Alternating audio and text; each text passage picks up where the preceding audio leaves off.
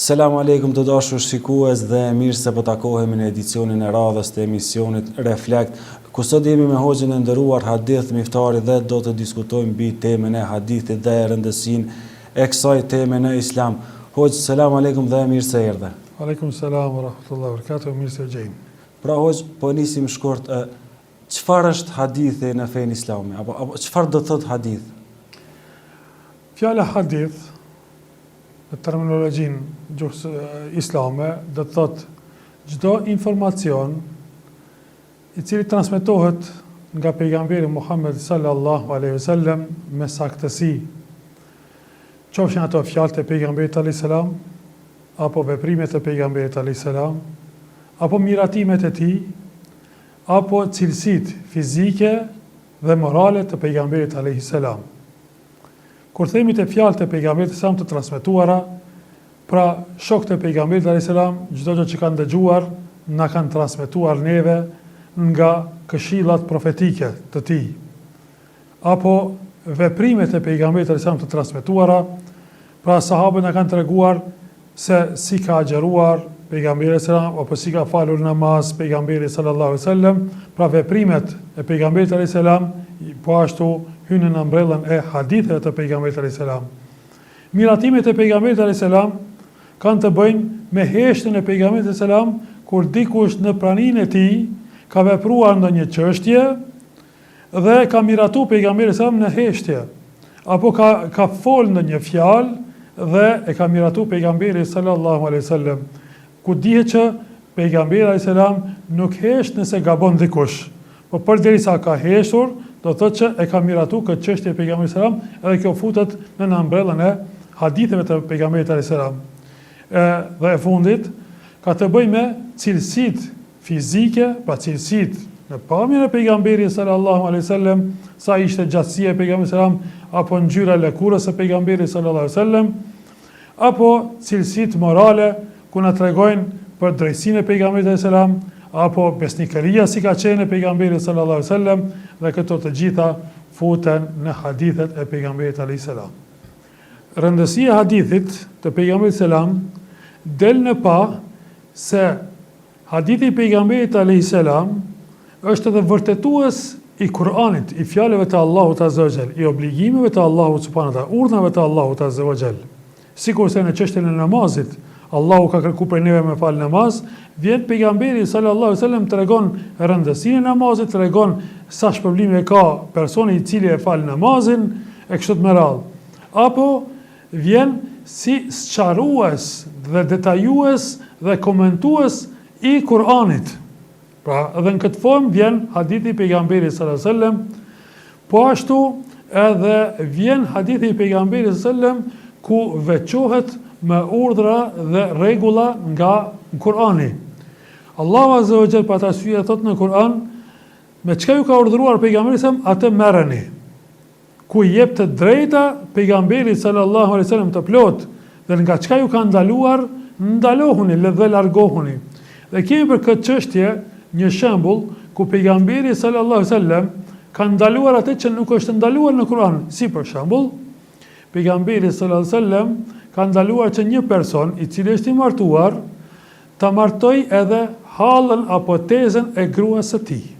Pra në njëjtën kohë, kjo është e ndaluar dhe kjo veçohet në sunetin e pejgamberit sallallahu alaihi wasallam. Tani hoxh, pse është e rëndësishme për muslimanin njohja e hadithit?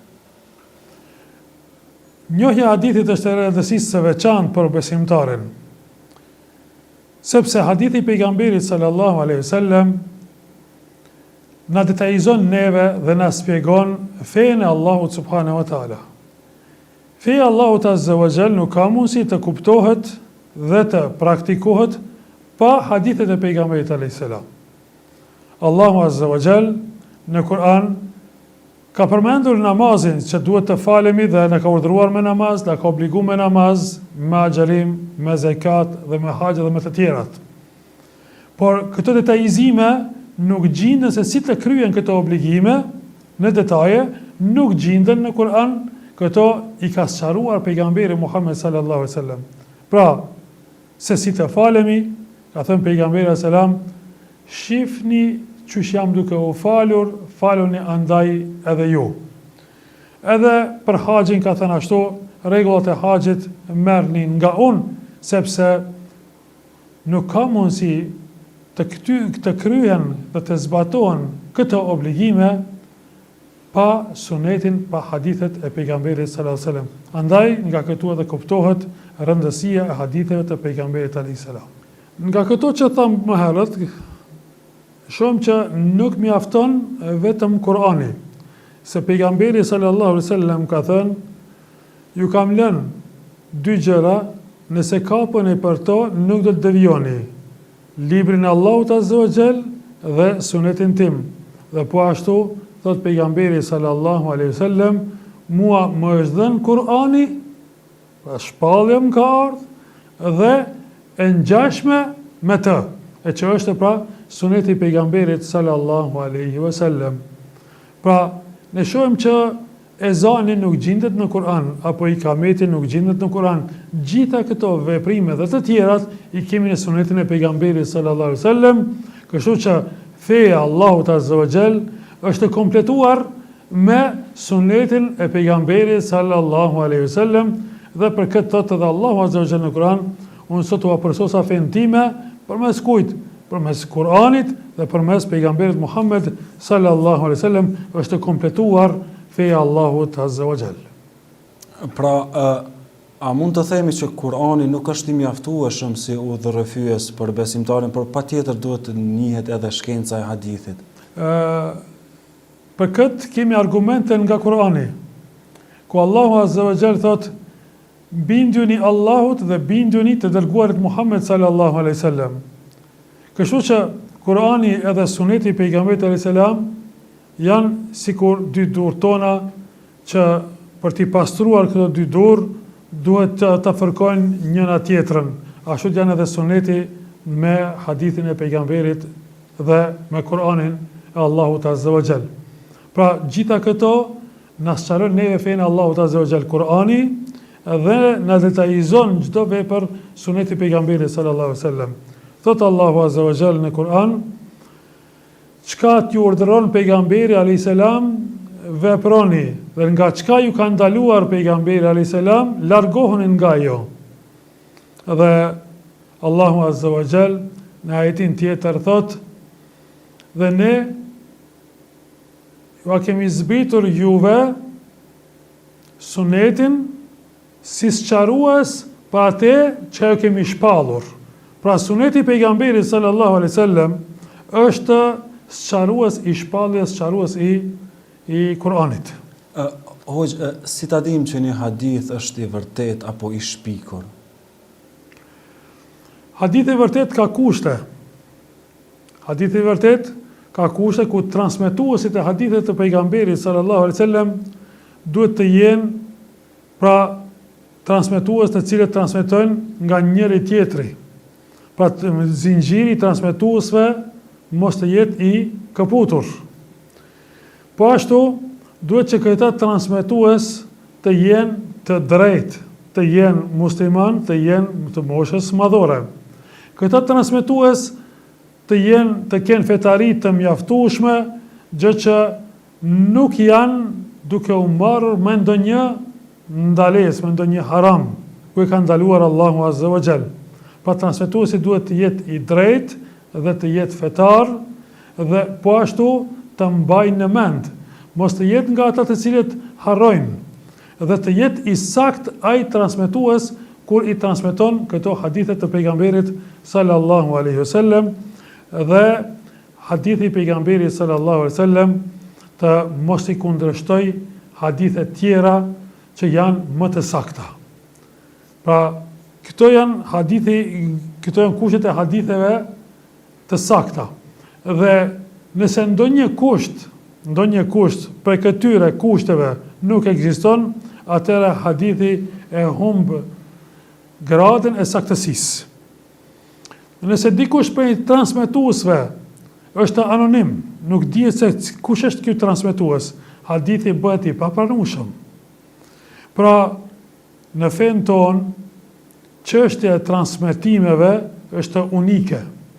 Fjalët e pejgamberit sallallahu alaihi wasallam nuk pranohen nëse zinxhiri transmetuesve është i shkëputur.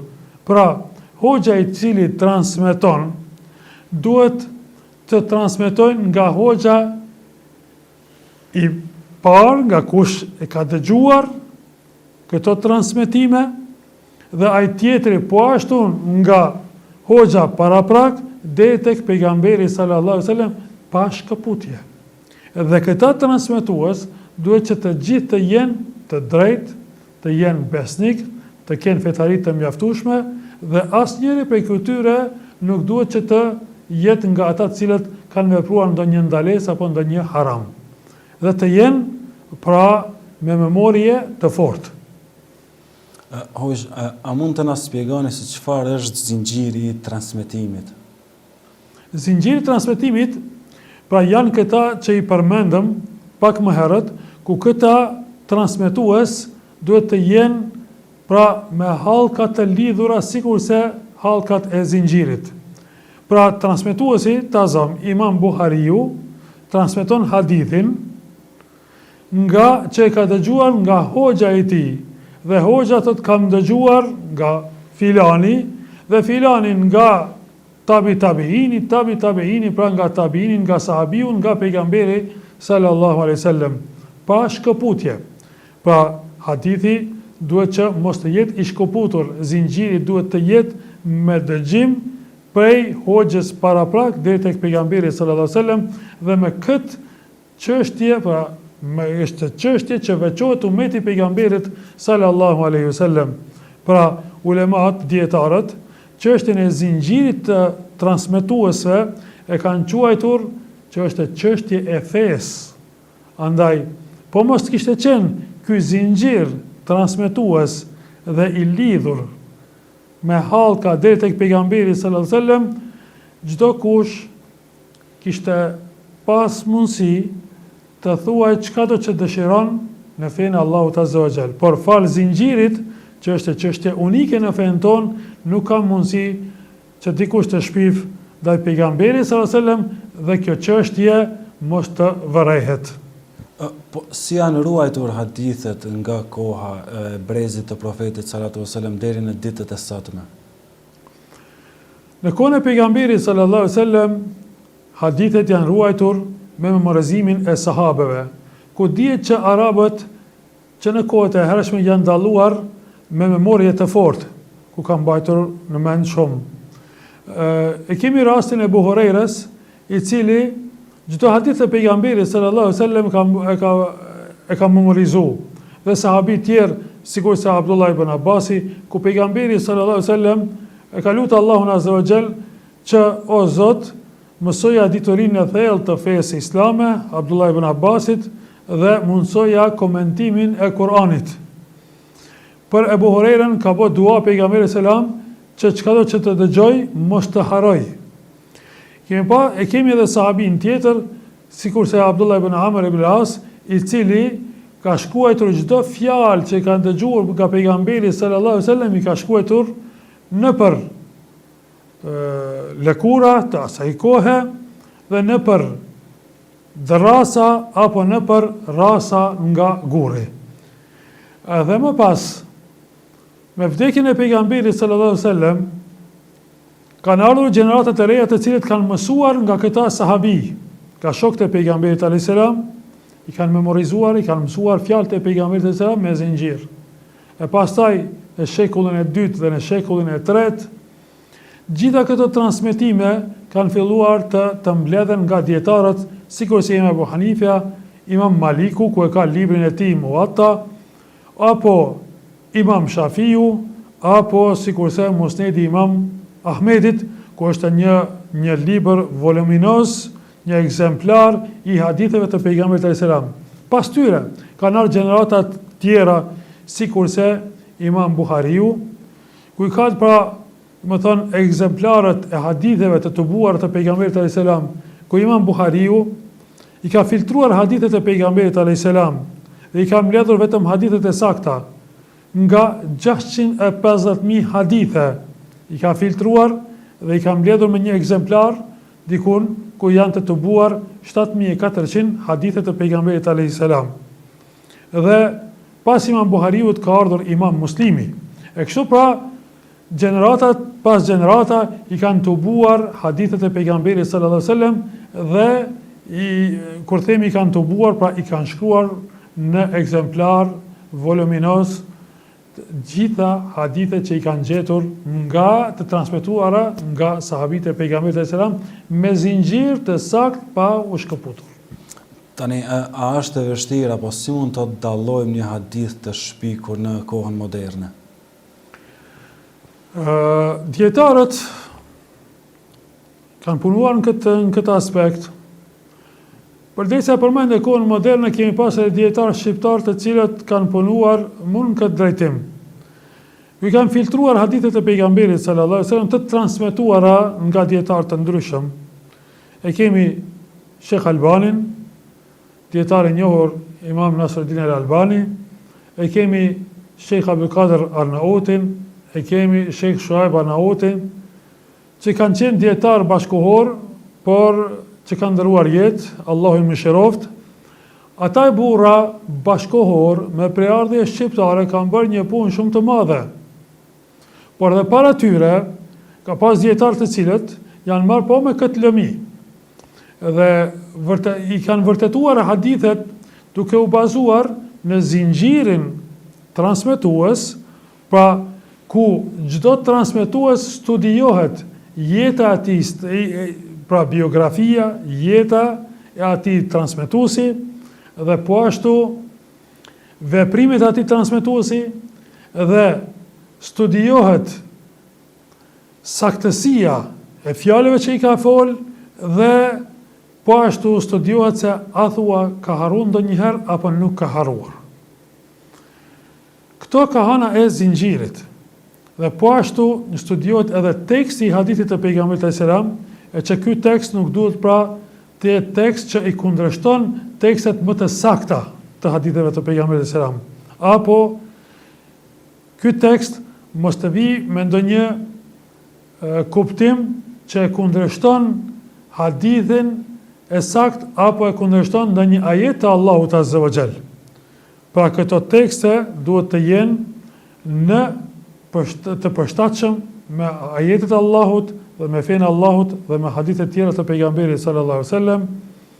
Dhe po ashtu teksti mos të përmbaj fjali që nuk i takojnë pra ato fjalë që zakonisht nuk i ka fol pejgamberi sallallahu alaihi wasallam, pra gjuha është në nivel të ulët dhe kjo tregon po ashtu dhe është një shenjë që ky hadith pra nuk është i saktë. Tani hoxhë, a mund të na përmendni disa nga librat më të njohur të hadithit? Disave që përmendëm pak më herët, po më të njohura që janë dhe më të sakta, libri voluminos Imam Buhariut, pra Sahihul Buhari që njihet, dhe Sahihul Muslimi, pra hadithet e vërtetat e sakta të transmetuara nga pejgamberi sallallahu alaihi wasallam, të Imam Buhariut dhe të Imam Muslimit. Pastaj kemi libra sikur se Imam Tirmidhiut, Ebu Davudit, Ibn Majes, kemi po ashtu domethënë Ibn Hibbanit dhe kemi Imam Malikut, Muwatta e Imam Malikut, Musned Imam Ahmedit dhe libra domethënë të tjerë. Hoxhë, dhe për fund, cilin nga libra do të na rekomandonit për ta lexuar apo edhe për ta memorizuar në fillim para se të zgjerohemi kësaj teme? Po libri që duhet të mësohet dhe të memorizohet për hadithet e pejgamberit sallallahu alajhi wasallam që duhet çdo musliman të di, është libri i 40 haditheve të përzgjedhura nga Imam Nevaviu. Janë 40 hadithe që kanë të bëjnë me etikën e besimtarit dhe me besimin e besimtarit dhe me disa rregulla të fesë islame. Dhe po ashtu sot i kemi këto libra, pra ky libër është edhe i komentuar dhe i përkthyer në gjuhën shqipe, sikurse që i kemi pra komentin nga Sheikh Ibn Thaymini, Sheikh Abadi dhe komente tjera. Po ashtu e kemi edhe librin Riyadus Salihin që duhet të lexohet dhe mos të jetë asnjë shtëpi pa e patur këtë libër, pra librin Riyadus Salihin, e që po ashtu është edhe i komentuar dhe sot gjendet pra në gjuhën shqipe. Dhe kemi libra tjerë, domethënë të hadithet të pejgamberit alayhis salam, sikur se Bulughul Maram, që janë me rregulla, që kanë të bëjnë pra të hadithet të Imam Buhariut dhe Imam Muslimit, dhe po ashtu edhe këto janë të përkthyera. Pra themi që 40 hadithet e Imam Nevaviut duhet të memorizohen nga çdo musliman dhe të praktikohen në jetën e përditshme, si dhe çdo familje, çdo shtëpi, më së paku ta ketë librin Riyadus Salihin, e më pas domethënë edhe hadithet e sakta të Imam Buhariut apo të Imam Muslimit. Hoxh, faleminderit që ishit sot me ne. Faleminderit për juve, zotë rujt, Allah shpëleft. Pra të dashur shikues, erdhëm në fund të këtij edicioni ku ishim me hoxhën e nderuar Hadith Miftari dhe ku diskutuam mbi çështjen e haditheve dhe rëndësinë e tyre në fenë islame. Unë ju përshëndes dhe shpresoj të takohemi përsëri me ju javën tjetër. Deri atëherë, selam aleikum.